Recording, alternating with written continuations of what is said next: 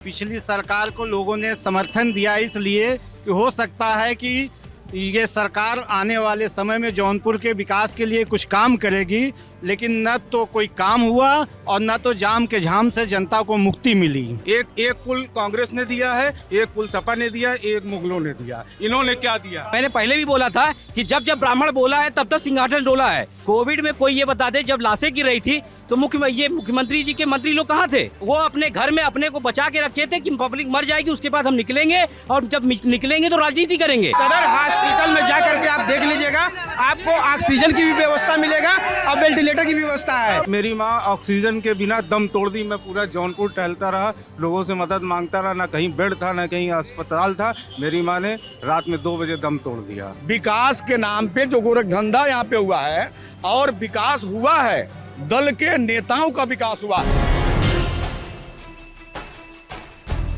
नमस्ते, सिद्धांत नाम है मेरा। दी लल्लन टॉप की इस यात्रा में मैं अपने शहर के थोड़ा और करीब आ गया हूँ, बनारस के थोड़ा और करीब। बगल का जनपद है जौनपुर, और जौनपुर में इमरती वगैरह ये सब तो फेमस है ही है। जौनपुर के एक पूर्व सांसद जो हैं वो भी अच्छा क्रिकेट खेल लेते हैं, है ना। उनकी क्रिकेट खेलते हुए फ़ोटो वायरल होती है और पता चलता है कि भाई फरार भी हैं और फिर हिरासत में भी नहीं लिए जाते हैं। तो इस तरह की बातें होती हैं जौनपुर के बारे में। और जौनपुर की जो एक मल्हनी विधानसभा है, उसकी फ़ाइट जो है, मैं आने के बाद जो कुछ घंटे बिताने के बाद और बात करने के बाद ये समझ में आता है, मल्हनी विधानसभा जो है वो काफ़ी रोचक है। क्यों रोचक है? क्योंकि लकी यादव इनकम्बेंट एमएलए हैं, एसपी के टिकट पे फिर से फाइट कर रहे हैं, पारस यादव के बेटे। सामने हैं केपी सिंह, सांसद रह चुके हैं, चुनाव फिर से लड़ा था, हार गए थे दोबारा जब सांसद 14 में लड़ी थी। फिर से विधानसभा बीजेपी का टिकट पाकर चुनाव लड़ रहे हैं। और उनके सामने हैं धनंजय सिंह, पूर्व सांसद। रारी जब ये विधानसभा हुआ करती थी परिसीमन के पहले, तो 2 बार विधायक चुने गए, एक बार लोजपा के समर्थन से और एक बार जदयू और भाजपा के समर्थन से विधायक चुने गए। तो वो रारी विधानसभा पे विधायक रहे और फिर सांसद चुने गए बसपा के टिकट पे जौनपुर लोकसभा सीट पे। और अब फिर से एक निर्दलीय प्रत्याशी की तरह, जिसमें कई सारे पॉलिटिकल पंडित ये कहते हैं कि निर्दलीय को आप कोट और अनकोट में भी रख सकते हैं, और वो कंटेस्ट कर रहे हैं। मल्हनी हो गया, 8-9 विधानसभा सीटें हैं, तमाम फाइट है, तमाम चीज़ें हैं, तमाम बातें हैं। बहुत सारे लोग इकट्ठा हो गए हैं। हम सबसे बातचीत करने की कोशिश करेंगे। हम लोग छोटी बातचीत करेंगे और थोड़ी सी सिविक बातचीत करेंगे। ऐसा नहीं करेंगे कि किसी की बात चढ़ के बात काटें। और मुझे कोई बात सुनानी होगी अगर आपको, तो मुझे बोल दीजिएगा या आ जाइएगा मेरे पास। बहुत सारी आवाज़ें आती हैं मेरे कान में, तो सुनना मुश्किल हो जाता है कौन कहाँ से बुला रहा है। एक यहाँ पे ऑटोमोबाइल का भाई साहब काम करते थे। कौन थे? आप थे। हाँ, आप, क्योंकि मुझे आपसे बातचीत करके ये लगा, हो सकता है भ्रम भी हो या हो सकता है भ्रम ना हो, कि आप एक न्यूट्रल वॉइस हैं। और न्यूट्रल वॉइस से बातचीत करने में थोड़ा समझ में आता है कि चुनाव किधर जा रहा है। अभी हम लोग 1 महीने 1.5 महीने पहले आए थे, तो इस पुल पे हम लोगों ने, सद्भावना पुल पे हम लोगों ने बातचीत की थी। अब मौका दूसरा है, उसमें टिकट नहीं अनाउंस हुआ था, प्रत्याशी नहीं अनाउंस हुए थे, जो पॉलिटिकल वर्जिश होती है वो शुरू नहीं हुई थी, अब शुरू हो चुकी है। समीकरण बहुत इतने दिनों में बदल जाते हैं, चेंज हो जाते हैं, कुछ नहीं कहा जा सकता कभी कभी। अब ये बताइए कि जौनपुर में, मतलब नदीम जावेद तो अभी आपके यहाँ सदर के जो प्रत्याशी हैं कांग्रेस के, तो वो तो पेट दर्द लेकर दिल्ली चले गए हैं। तो जौनपुर का चुनाव, ये 2-3 बड़ी विधानसभा सीटें हैं, बहुत हाई प्रोफाइल सीटें हैं, वो जा किधर रहा है? पब्लिक का मूड आप लोगों को क्या समझ में आता है? देखिए, जौनपुर सदर में तो सपा और बीजेपी का ही टकराव रहेगा। अच्छा, सपा से कौन है? सपा से असलम खान, क्या अरशद खान और गिरीश जी जो हैं, ये 2 लोगों का ही टकराव रहेगा यहाँ पे। नदीम जावेद कांग्रेस से कहा? नदीम जावेद कांग्रेस से हैं, लेकिन अब कांग्रेस की स्थिति प्रदेश में बताने की ज़रूरत नहीं है, तो और बीमार भी हो गए हैं, तो स्वाभाविक रूप से उधर का वोटर अब सोचने लगेगा कि अब किधर जाना है। जो उनको मिलना था वो भी जो है, या तो वो बीजेपी को जाएगा या तो सपा को जाएगा। रही मल्हनी विधानसभा की बात, तो मल्हनी विधानसभा में धनंजय सिंह व लकी का ही टकराव रहेगा। पूर्व में भी रहा है, इस बार भी रहेगा। और जो केपी सिंह लड़ रहे हैं, ये केवल वोट का नुकसान करेंगे, लेकिन इस बार जनता यह समझ ली है, जिसको लकी यादव नहीं पसंद है वो सारे वोट धनंजय को जाएंगे। और मीडिया ने धनंजय को बाहुबली गुंडा जो भी बना दिया है, लेकिन सारे लोग जानते हैं कि पूरे प्रदेश में दो ही नेता ऐसे हैं, एक राजा भैया को माना जाता है, दूसरा धनंजय सिंह को। जितना गरीबों की सेवा वो करते हैं कोई कर नहीं सकता अपने जेब से। और मैं प्रदेश के बड़े से बड़े नेता को चैलेंज करता हूं कि निर्दल हो करके जितना वोट वो पाते हैं धनंजय सिंह, उतना कोई बड़ा नेता आए और अपने पार्टी को छोड़ करके निर्दल लड़के अगर दिखा दे तो उस दिन मैं जौनपुर छोड़ दूंगा।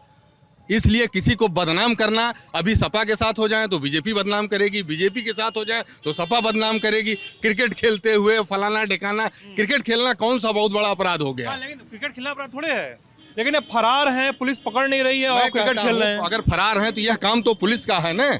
पुलिस जौनपुर के कप्तान का स्पष्टीकरण आया है कि ऐसी कोई बात नहीं है और फरार व्यक्ति क्या जो है नामांकन कर सकता है। कप्तान खुद वहीं से चले गए थे। धनंजय सिंह आए शादी के कार्यक्रम में और कप्तान साहब वहां से खुद चले गए। कप्तान साहब खुद सामने चले गए। मतलब तो अगर उनकी गिरफ्तारी नहीं होती है फरार व्यक्ति की, ये पहले सुनिए, तो यह तो फेल्योर है प्रशासन का। कैसे वो जो है नामांकन कर रहे हैं, लेकिन ऐसा कुछ नहीं है। नहीं, आप सोचिए, बात बोल के ऐसा कुछ नहीं आप बताइए, ऐसा होता तो पुलिस आखिर, तो इसका मतलब ये मिली जुली चाल है बीजेपी की और धनंजय सिंह की, ये आप कहना चाहते हैं? मैं नहीं कहना चाह रहा हूं, नहीं, कुछ कहा ही ये नहीं जो मीडिया में चला, खुद सोचना चाहिए कि एक फरार आदमी और ऐसा हल्का फुल्का आदमी भी नहीं है, सांसद और विधायक रहे हैं, उनकी पत्नी जो है यहाँ प्रथम महिला हैं, तो इतना आसान तो है नहीं कि फरार रहेंगे और प्रचार करेंगे इसे जनता में। तो ये सब मनगढ़ंत बातें हैं। क्या नाम है भैया आपका? भूल गया था मैं। राजकुमार सिंह। राजकुमार जी, राजकुमार जी, धनंजय सिंह पे बात इसलिए ज़रूरी हो जाती है, पता नहीं, मैं जब घूमता हूँ यूपी में ना तो दो तीन चीज़ें ज़रूर देखता हूँ कि यार गाजीपुर जाना तो उन वहाँ पे मुख्तार अंसारी के बारे में मत बोलना, मैं बिहार गया तो सिवान जाना तो शहाबुद्दीन के बारे में मत बोलो, हाँ आजमगढ़ जाओ तो यार रमाकांत यादव के बारे में मत बोलो, प्रतापगढ़ जाओ तो राजा भैया के बारे में मत बोलो, हाँ और चंदौली जाओ तो सुशील सिंह के बारे में मत बोलो। मुझको लोग ऐसा ऐसा ज्ञान देते रहते हैं, ठीक है। और जौनपुर आओ तो धनंजय सिंह के बारे में मत बोलो, ये भी सुनाई दे चुका है मुझे यहाँ पे आने के पहले। एक बात बताइए, इतने सारे माफिया, अपराधी, बाहुबली, तमाम तमगे चलते रहते हैं नेताओं के लिए, सरकार बार बार बोलती है कि भाई हम बुलडोजर चला देते हैं, हम बुलडोजर चला देते हैं, तो यहाँ पे जौनपुर में बुलडोजर की चलने के लिए सड़क नहीं है क्या? नहीं, ट्रैफिक लग जाता है, यहाँ ट्रैफिक लग जाता है। ट्रैफिक लग जाता है। हाँ, अभी थोड़ी देर में यहाँ पे भी लग जाएगा। यहाँ पे भी ट्रैफिक हाँ, लग अच्छा, जाएगा। इसलिए बुलडोजर नहीं आ पाता है। अच्छा, हाँ, यही कारण है, यही कारण है। यही कारण है, कोई और भी? नहीं, यही कारण है, यहाँ बुलडोजर उनका अंदर नहीं आ पाता। जौनपुर में जाम के झाम से जब जनता बचेगी तब तो बुलडोजर चलेगा। बुलडोजर के लिए रोड चाहिए, रास्ता चाहिए। फंस जाती है एम्बुलेंस, हॉस्पिटल पहुंचने से पहले मरीज दम तोड़ देता है। जौनपुर में जाम की समस्या इतनी विकराल है कि कुछ कहा नहीं जा सकता। पिछली सरकार को लोगों ने समर्थन दिया इसलिए कि हो सकता है कि ये सरकार आने वाले समय में जौनपुर के विकास के लिए कुछ काम करेगी, लेकिन न तो कोई काम हुआ और न तो जाम के झाम से जनता को मुक्ति मिली। रह गई बात कि कौन लड़ रहा है, कौन लड़ा रहा है, ये बात अपनी जगह है, सरकार बनेगी, लेकिन ये बात अपनी जगह, इस पे बात नहीं करेंगे। जौनपुर में जो मूलभूत सुविधाओं की ज़रूरत है वो किसी का ध्यान उस पर नहीं है। बताइए क्या समस्या? जिस बुलडोजर की आप बात कर रहे हैं, आपका बुलडोजर का आशय जो है, मेरा बुलडोजर थोड़े है। मैंने कहा जो सरकार का बुलडोजर का आशय है, तो बुलडोजर सरकार ने जिसके ऊपर चलाया, जो लोग थे, जो जिनके खिलाफ कानूनी कार्रवाई थी, चाहे आपराधिक कार्रवाई थी, लेकिन मैं जहां तक जानता हूं 2022 वर्षों का लगभग धनंजय सिंह का इतिहास है। दो में पहला चुनाव जीतते हैं वो। 2 में जीते हैं। 22 वर्षों में जौनपुर जनपद के अंदर एक भी व्यक्ति ऐसा नहीं है जिसकी संपत्ति पर धनंजय सिंह ने कब्जा किया हो, धनंजय सिंह ने जौनपुर की किसी हत्या में इन्वॉल्व रहे हों, जौनपुर में कोई किसी बड़े व्यापारी को उन्होंने किडनैप किया हो या उससे फिरौती मांगी हो।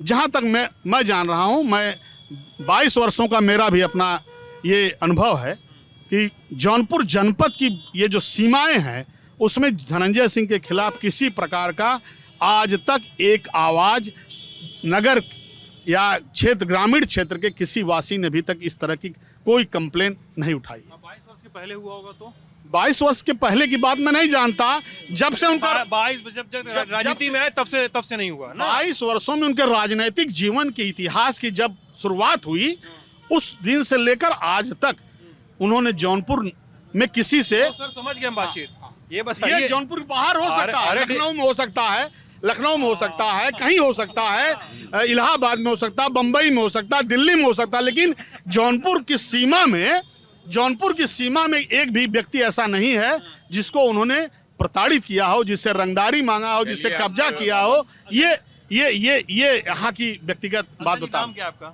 मेरा नाम डॉक्टर राजेश है। डॉक्टर राजेश जी, आप शिक्षक संघ के अध्यक्ष भी हैं यहाँ पे ना? मैं महामंत्री, महामंत्री। उत्तर प्रदेश शिक्षक महासंघ का, उत्तर प्रदेश शिक्षक संघ महासंघ का मैं महामंत्री हूँ जी।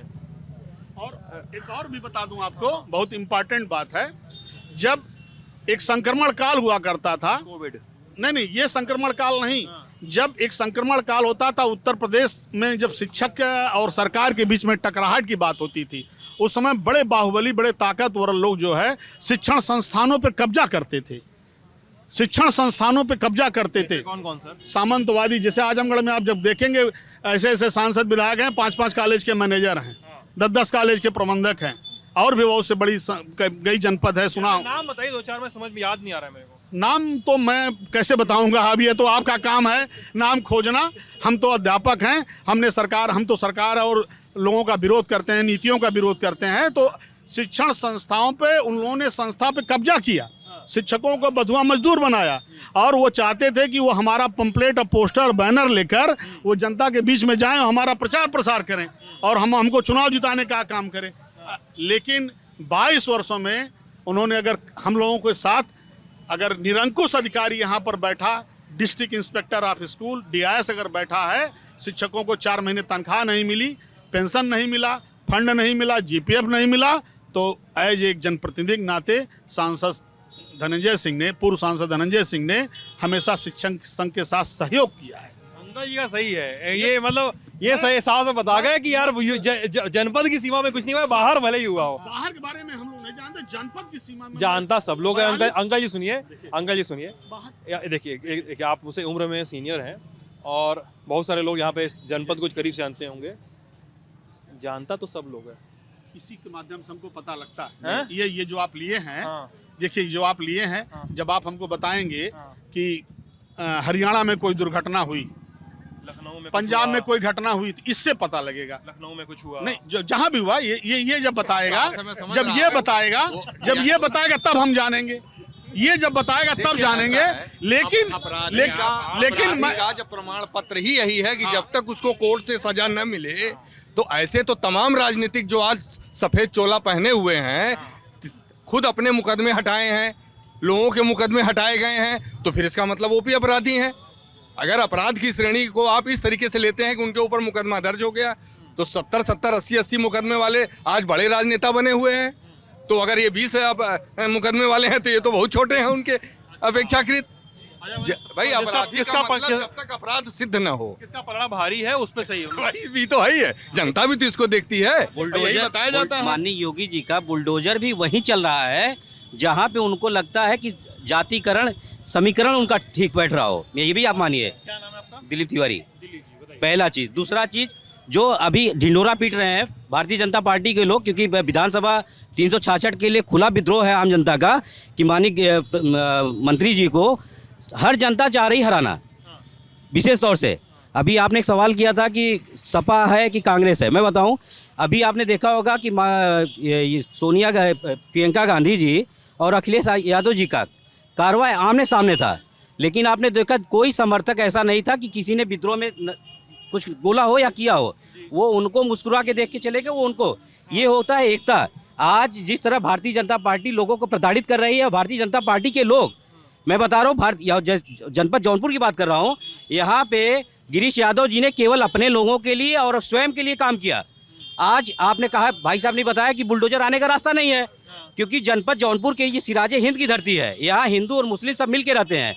यहाँ जाति समीकरण इनका नहीं बैठ पा रहा है, क्योंकि जो मुस्लिम परिवार है, सब सुबह वो हिंदू के घर में खाना खाता है, और जो हिंदू है वो शाम को मुस्लिम घर के खाना खाता है। तो ये इनकी समीकरण ये बैठ नहीं पा रही है, इसलिए जनपद जौनपुर में कभी बुलडोजर चलेगा ही नहीं। और मैं बताऊं, मैंने पहले भी बोला था कि जब जब ब्राह्मण बोला है तब तक सिंहासन डोला है। आज पूरे ब्राह्मण, सभी कुनबे के लोग, माननीय मुख्यमंत्री जी के जितने भी लोग हैं, क्योंकि मैं बताऊं कोविड में मैं मिशन जिंदगी का संस्थापक भी हूं। कोविड में कोई ये बता दे, जब लाशें गिर रही थी तो मुख्यमंत्री जी के मंत्री लोग कहाँ थे? उन्होंने डेली वो कहाँ पे थे? वो अपने घर में अपने को बचा के रखे थे कि पब्लिक मर जाएगी, उसके बाद हम निकलेंगे और जब निकलेंगे तो राजनीति करेंगे। इसके पहले वो कहाँ थे? दूसरा सवाल कि जितने परिवार की जिनकी मुखिया मर गए, जिनके परिवार के बच्चे अनाथ हो गए, कोई मंत्री बता दे, मैं चैलेंज के साथ कहता हूँ, जो कोई मंत्री बोल दे कि उस परिवार के साथ उन्होंने अपनी संवेदना दिखाई, उनके घर गए, सिर्फ हाथ जोड़ के चले आए कि मुझे वोट दीजिएगा। मैं खुला विद्रोह करता हूँ भारतीय जनता पार्टी का, और आप सभी से निवेदन करूंगा, ऐसे लोगों को नकारा चाहिए जो जाति समीकरण में आज लोग मंदिर मस्जिद नहीं मांग रहे हैं, रोजी मांग रहे हैं, पेट की रोटी मांग रहे हैं। आप 5 किलो चावल देके एहसान नहीं कर रहे हैं, पिछली सरकार भी देती थी। आप युवाओं को नौकरी दीजिए।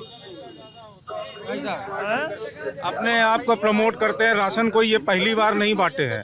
और इसी कोविड के काल में भाजपा का कोई नेता, कोई कार्यकर्ता दिखा नहीं था। मैं अकेले, मैं अपने इलाके में बहुत बड़ा नेता या धनवान नहीं हूँ, मगर मैंने कुछ घर चुन लिए थे कि इन 50 घरों में मुझे कोविड के काल में लोगों की सहायता करनी है। राशन का सारा इंतजाम मैं उन 30 घर 40 घर में कराता था। दूसरे लहर में मेरी माताजी खुद एक्सपायर हो गई कोविड में। मेरी माँ ऑक्सीजन के बिना दम तोड़ दी। मैं पूरा जौनपुर टहलता रहा, लोगों से मदद मांगता रहा, ना कहीं बेड था ना कहीं अस्पताल था। मेरी माँ ने रात में 2 बजे दम तोड़ दिया। तो क्या व्यवस्था? सॉरी, क्या नाम था? अश्विनी सिंह नाम है। मम्मी का क्या नाम था? उनका नाम बीना सिंह था। कहीं से कोई मदद नहीं मिली, तो उस दर्द को कहाँ आदमी बताएगा? वो दर्द आज भी दिल में है। अगर आज अस्पताल रहा होता और आज बेड रहा होता, ऑक्सीजन रहा होता, ना जाने कितने लोगों की जान बचती। ये अपने घर से बाहर नहीं निकले, ये अपने घर से बाहर नहीं। आप बताते हैं कोविड मैनेजमेंट हमने बहुत अच्छा किया, इतनी जाने। कोविड तो अपने आप रुका, इसमें सरकार का क्या काम है? सरकार ने रोका है कहीं से? न बेड दिलाया, न ऑक्सीजन दिलाया, न कहीं दवा मुहैया कराई, कुछ नहीं करा। ये तो समाज के कुछ लोग थे जो आगे आके लोगों की मदद की है। ऑक्सीजन उपलब्ध कराया, दवा उपलब्ध कराई, राशन उपलब्ध कराया। भाजपा का एक नेता कहीं कोई नहीं दिखा, ना कोई कार्यकर्ता दिखा। इवन भाजपा के लोगों को भी मैंने राशन दिया है। भाजपा के लोगों को जो आज भाजपा का झंडा उठा रहे हैं, उनको तक को मैंने राशन दिया है। उनके बाप आते थे, कहते थे, मैं नाम नहीं लूंगा कि मुझे ज़रूरत है, मैं मदद करता था। आज उनके लड़के कहते हैं बस योगी योगी योगी। सरकार जो है मेडिकल कॉलेज दी, जो इनकी सरकार आई, योगी जी की यहाँ मंत्री थे वो, 5 साल सरकार बीत गई, आज तक ओपीडी स्टार्ट नहीं हुई। अगर वो पिछली बार घूमने गया था, अगर वो चाहते हैं कोरोना में जो है उसका उद्घाटन हो गया है। आपने देखा मेडिकल कॉलेज, जितना मेडिकल कॉलेज उन्होंने बनाया था, मेडिकल कॉलेज उतने पर रुक गया। और उसका देखिए कंप्यूटराइज उद्घाटन भी कर दिया गया। ये आप देख लीजिए कि देखिए सबसे बड़ी बात आपको बताएं, सच्चाई इस वक्त क्या है। जनता ने एक मूड बना लिया है। नंबर 1 शिक्षा, रोजगार, महंगाई। देखिए, एक तो महंगाई, शिक्षा और रोजगार। बेरोजगार 5 साल में इतने बच्चे हो गए हैं कि जो बच्चे पढ़ के निकल रहे हैं उन्हें कोई नौकरी नहीं मिल रही है। महंगाई चरम सीमा पे है और अखिलेश यादव को लोग लाना इसलिए चाह रहे हैं, सबसे मेन चीज महंगाई, बेरोजगारी खत्म करने के लिए। ये अहम मुद्दा है, बेरोजगारी। लोग एकदम परेशान हो चुके हैं, लोग त्रस्त हो गए। और भी हाँ, क्या नाम है आपका? विजय प्रताप सिंह। क्या करते हैं सर आप? समाज सेवा है सर। समाज सेवा जो होता है ना, बड़ा ब्रॉड टर्म होता है। अक्सर समाज सेवा जो लोग करते हैं, पता चलता है किसी पार्टी की नेतागिरी करते हैं। तो करते क्या, बता दीजिए। किसी पार्टी जुड़े तो पहले ही बता दीजिए। पार्टी का भी हूँ। किस पार्टी के? प्रताड़ित होकर के समाजवादी पार्टी का हूँ। अभी 2 महीने 3 महीने पहले मैंने पार्टी ज्वाइन किया। समाजवादी पार्टी ज्वाइन की है? जी। और प्रताड़ित हो रहे हैं? प्रताड़ित था इसलिए ज्वाइन किया हूँ। 2-3 महीने पहले ज्वाइन किए? जी, 5 साल से देखते देखते ऊब गया। हम लोग कभी किसी पार्टी में नहीं रहते हैं, व्यक्तिगत रहते हैं, लेकिन इस बार हमने समाजवादी पार्टी ज्वाइन की। अगर आप ये जानना चाहते हो कि इस बार वोट किस आधार पे पड़ रहा है, तो नंबर 1 पहले मैं आपको बताना चाहता हूँ, अगर विकास की बात करेंगे आप, तो हमारे जौनपुर में जो ज़रूरत थी वो थी सबसे बड़ी जाम की। सुनिए सर, जाम की है, और जो क्रॉसिंग हमारे यहाँ पड़ती है उस पर काफ़ी दिनों से मांग हो रही कि इस पे ओवरब्रिज बनाया जाए। आज तक वो बना नहीं। जो भी आया ये वादा किया ओवरब्रिज बनेगा। विकास के नाम पे जो गोरखधंधा यहाँ पे हुआ है, और विकास हुआ है, दल के नेताओं का विकास हुआ है, दल के नेताओं का, चाहे वो विधायक हो, मंत्री हो, कुछ भी हो। सच कहने से मैं भागता नहीं हूँ और बड़े स्पष्ट शब्दों में कहना चाहता हूँ, ये जौनपुर गंगा जमुनी तहजीब के लिए जाना जाता है। और मैं वैसे दुर्गा पूजा महासमिति का यहाँ का मैं प्रेसिडेंट भी हूँ और मरकजी सीरत कमेटी भी यहाँ पे है। एक बात बताइए, आप जी सर। चीज़ बता दी। जी अरे बताओ कहाँ पूरी हुई है, रुक जा थोड़ा। आप पूछो, आप कुछ भी पूछो। ये बताइए कि आप बोले बीजेपी से प्रताड़ित होकर सपा में है, क्यों? व्यक्तिगत मैं पर्सनल प्रताड़ित की बात नहीं कर रहा हूँ, पूरा समाज प्रताड़ित है। समाज प्रताड़ित होगा तो समाज सेवक निश्चित रूप से प्रताड़ित होगा। फिर कहने का ये मतलब है। उनका वर्क ही नहीं कर पाएंगे ये। बताओ गुरु, क्या नाम है आपका? श्रीकांत सिंह। श्रीकांत जी, और आपके बारे में मुझे पता है कि आप बीजेपी के कार्यकर्ता हैं, गलत तो नहीं कह रहा हूँ? सर थोड़ा जगह भी दे दो ना। देखिए दो चीज़ें हैं, एक तो ये बोल रहे हैं कि आपकी पार्टी छोड़ के चले गए प्रताड़ित होके। पार्टी नहीं छोड़ा सर, मैं पार्टी में था ही नहीं उसमें, ये नहीं कह रहा हूँ। समाजवादी के ही नेता हैं। भाई साहब ये कहना भैया बोल तो लें, हम आपके पास आएंगे। उनका ही जवाब दे रहा हूँ। आप मुझे कई बार खोज चुके हैं, मैं आऊँगा आपके पास। दो चीज़ें, ये तो सपा पर ज्वाइन कर लिए। ये भाई साहब हैं, अश्विनी नाम है इनको, और ये बता रहे हैं कि इनकी माता जी का देहांत हुआ पिछले साल, और बता रहे हैं कि बीजेपी जो कह रही है कोविड को मैनेज किया, ये किया, वो किया। इन्होंने बीजेपी वालों के यहाँ भी ऑक्सीजन पहुँचाई, खाना पहुँचाया, सामान पहुँचाया, और क्या हो क्या रहा है? नहीं, सरकार ने भी पूरी व्यवस्था की। बाबा जी को कोरोना था, माननीय महाराज जी को, मुख्यमंत्री जी को, लेकिन उस कोरोना काल के बाद भी माननीय मुख्यमंत्री जी ने हर संभव प्रयास कर जनता के सहयोग किया, ऑक्सीजन पहुंचाने का काम किया। और पुरानी सरकार में पहले थी और ऐसी आपदाएं पहले नहीं आई थी कि हर पीएचसी सीएचसी सेंटर पर ऑक्सीजन लगे। और आप इस समय जाके आप जौनपुर के 9 विधानसभा के चाहे पीएचसी सीएचसी सेंटर और सदर हॉस्पिटल में आप देख सकते हो कि ऑक्सीजन के प्लांट लगे, सुविधा उपलब्ध हुई। और भाई सुनो, ऐसा है, मेरे पास भी दिमाग और कान है, मैं पूछ लूंगा, सुन लूंगा। और पीएचसी सीएचसी सेंटरों पे ऑक्सीजनों का ये लगाने के बाद शुरू किया ऑक्सीजन वो प्लांट, लेकिन जल्द से जल्द शुरू किया। उसके बाद भी सरकार ने हर तरीके के ट्रीटमेंट को बरकरार रखा। भाई साहब 2012 से 17 तक समाजवादी पार्टी की सरकार थी, ठीक है, जिसमें से मिनी मुलायम, पारसनाथ यादव जी, हाँ, उसके बाद जगदीश सोनकर जी स्वतंत्र प्रभार मंत्री, 8 मंत्री मतलब जौनपुर जनपद से मतलब कि बिलोंग करते थे।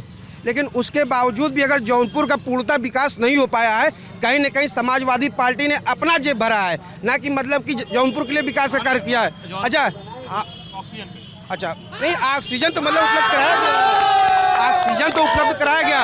और कोरोना काल में अपना नाम क्या है? मेरा नाम विकास अग्रहरी है। विकास जी, हाँ। आपके पीछे जो समर्थक हैं, थोड़ा उनको चुप करा दीजिए। हमारे समर्थक नहीं है। सुन लीजिए समर्थक। अरे शांत रहो दोस्त, हमारा अरे सुन लीजिए, आपके पीछे जो समर्थक है थोड़ा चुप करवा लीजिए, और ये बगल में जो कैमरा चल रहा है ये भी बंद करवा लीजिए। हैं थोड़ा भैया आएगा यूट्यूब पे, सुन देख लेना।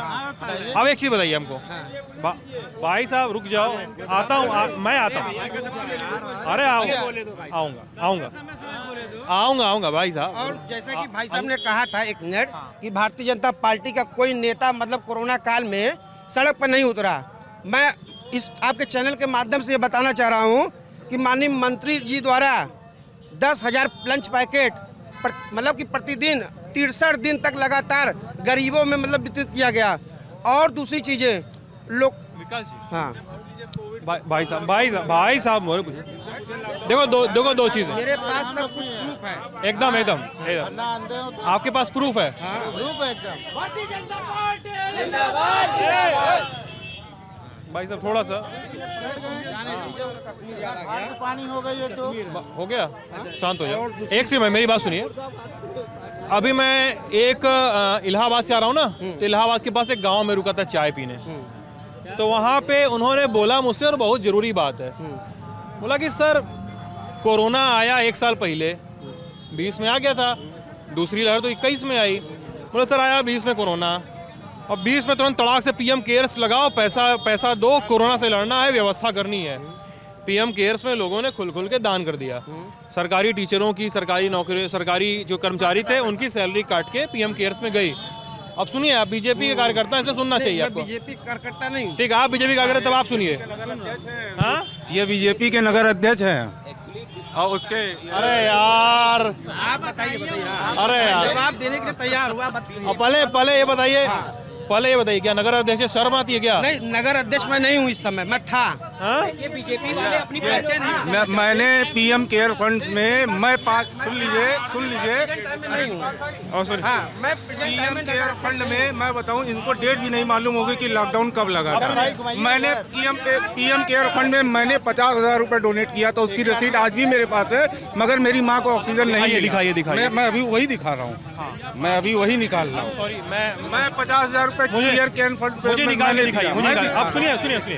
अब एक बात बताइए, वो बंदा मुझसे बहुत जेन्युइन सवाल पूछ रहा था कि सर, इस देश के लोगों ने भर पेटी पैसा दिया, अपनी कमाई से पैसा दिया कि उनको ऑक्सीजन, उनको बेड, उनको ये सारी सुविधाएं मिलेंगी, ठीक है, लेकिन एक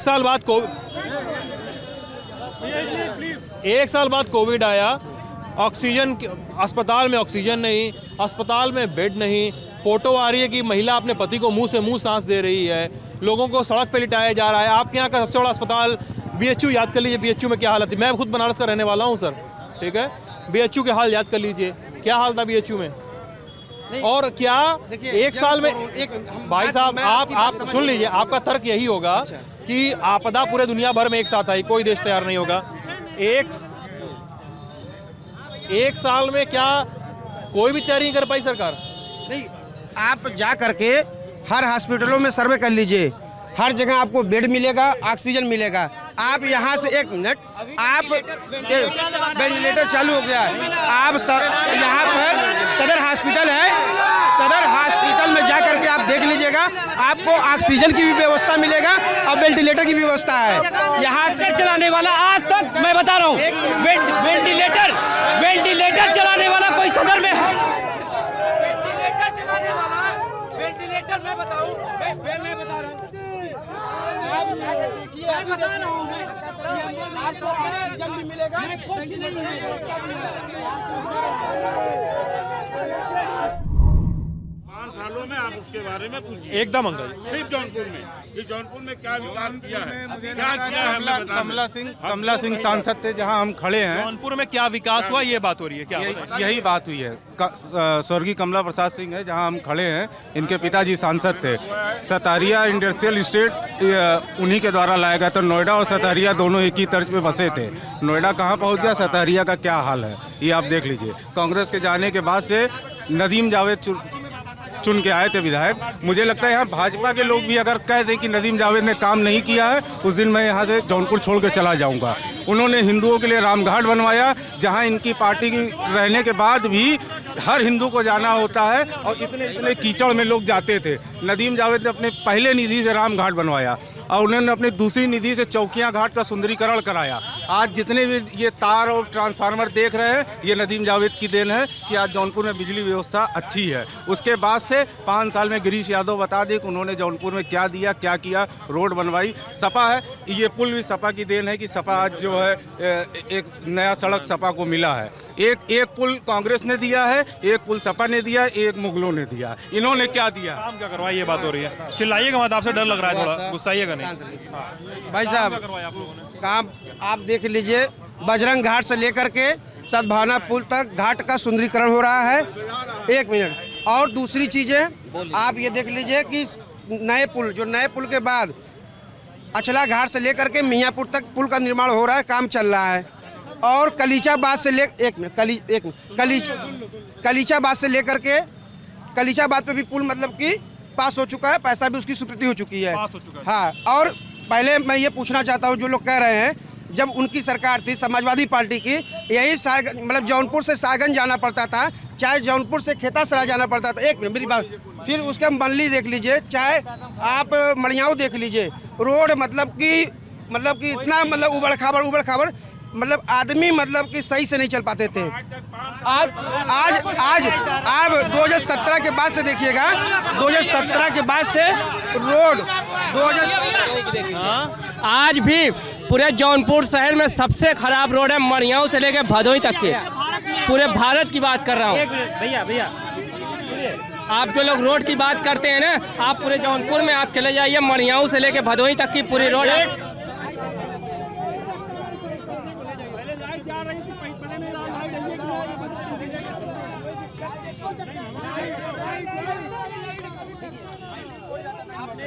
आपने कहा कि जो है सड़कें बहुत दुरुस्त हुई हैं। अगर समय हो तो ये खुद चल के जो है मड़ियाऊ से ये भदोही तक चल के देखें, उसके बाद मछली शहर से जंघई तक चल के ये देखें, हैं उस वहाँ चल के ये देखें कि वो सड़कों की हालत क्या है, गड्ढा है कि गड्ढे में रोड है, ये खुद बोल सकते हैं। नहीं अच्छा ये बताइए, जनता ने भैया एक मिनट, जनता ने इनको क्यों नकारा था? अपने अकाउंट से इसका स्टेटमेंट आज भी मेरे पास है। ये मेरे खाते से कटा है और मेरी माँ को ये ऑक्सीजन नहीं मिला।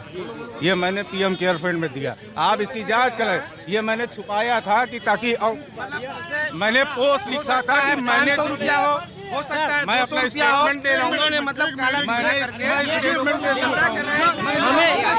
हम जो है किसानी भी करते हैं और कोरोना काल में सब्सिडी जो है हम लोग। चलिए इस बहस को बंद करते हैं। आप लल्लन टॉप यूपी देख रहे थे, बहुत बहुत शुक्रिया।